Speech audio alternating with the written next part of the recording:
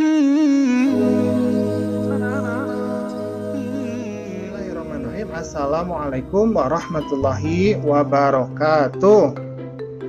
Anak-anakku yang soleh dan solehah, pada kesempatan ini kita akan belajar pelajaran 4 ya.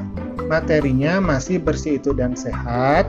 Adapun submaterinya adalah ayo belajar tayamum.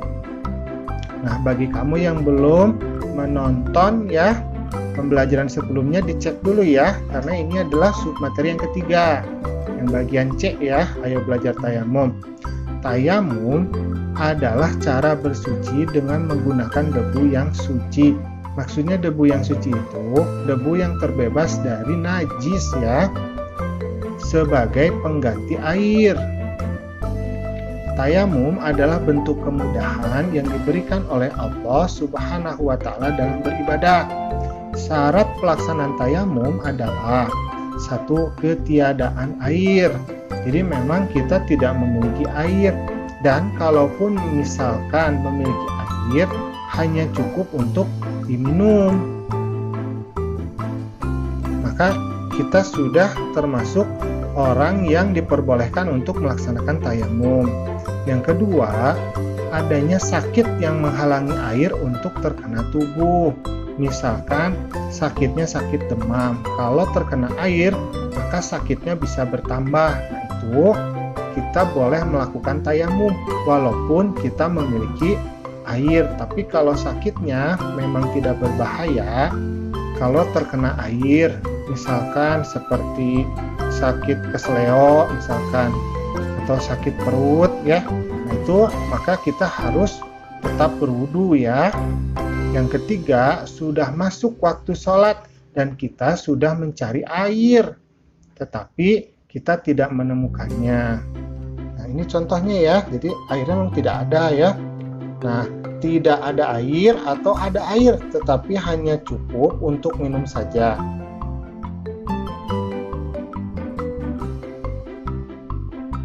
Sakit yang tidak boleh terkena air karena ditakutkan menambah keras sakitnya.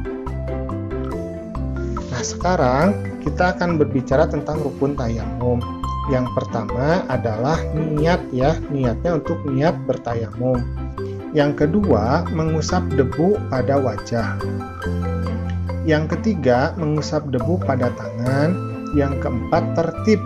Maksudnya tertib adalah berurutan. Jadi niat dulu, baru mengusap debu ke wajah, kemudian mengusap debu pada tangan. Ya, jadi jangan tangan dulu, wajah baru berniat. Itu tidak tertib ya.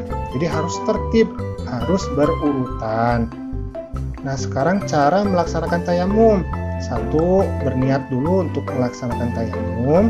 Kedua, membaca basmalah. Ini sunnah ya. Yang ketiga, menepuk kedua tangan ke debu yang suci.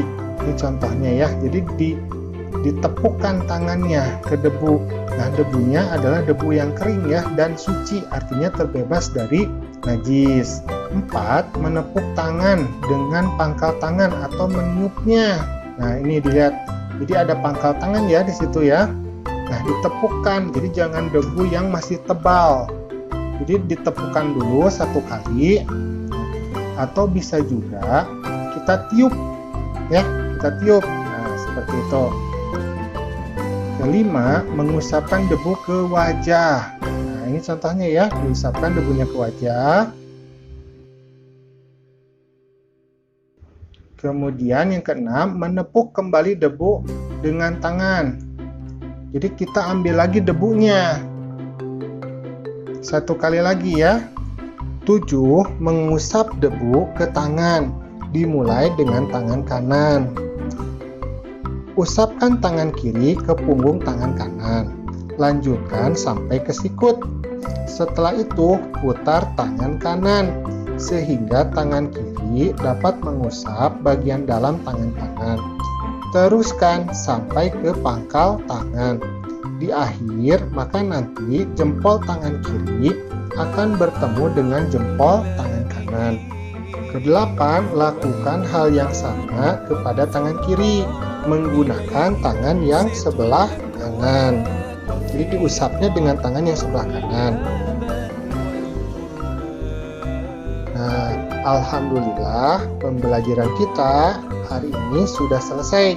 Jangan lupa untuk mencoba mempraktikkan gerakan tayamum di rumah supaya kamu mampu melakukan tayamum.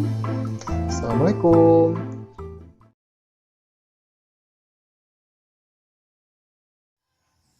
Bismillah, alhamdulillah, assalatu wassalamu ala rasulillah wa ba'd. Anak-anakku sekalian, kesempatan di pagi hari yang cerah ini kita berdoa kepada Allah Subhanahu wa taala semoga memberikan kita kesehatan dan tetap dilindungi hingga kita bisa melakukan beberapa aktivitas keseharian kita.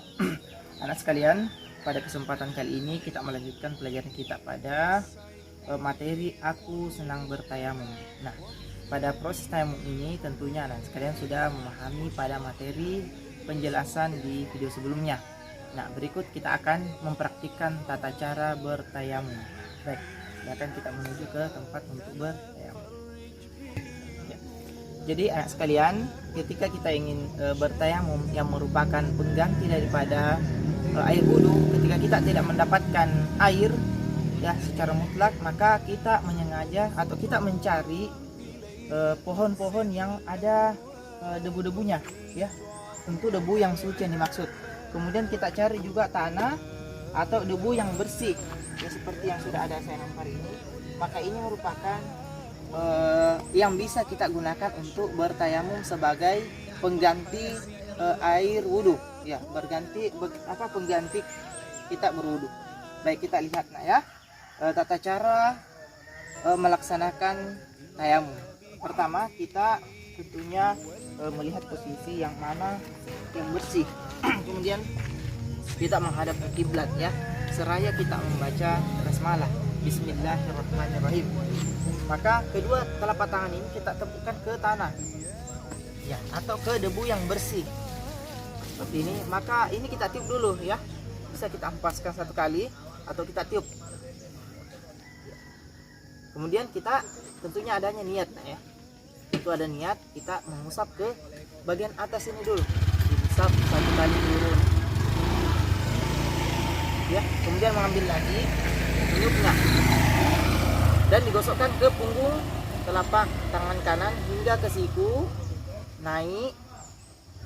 Ini masih ada, kemudian digosok sini sampai ke siku atas, selesai.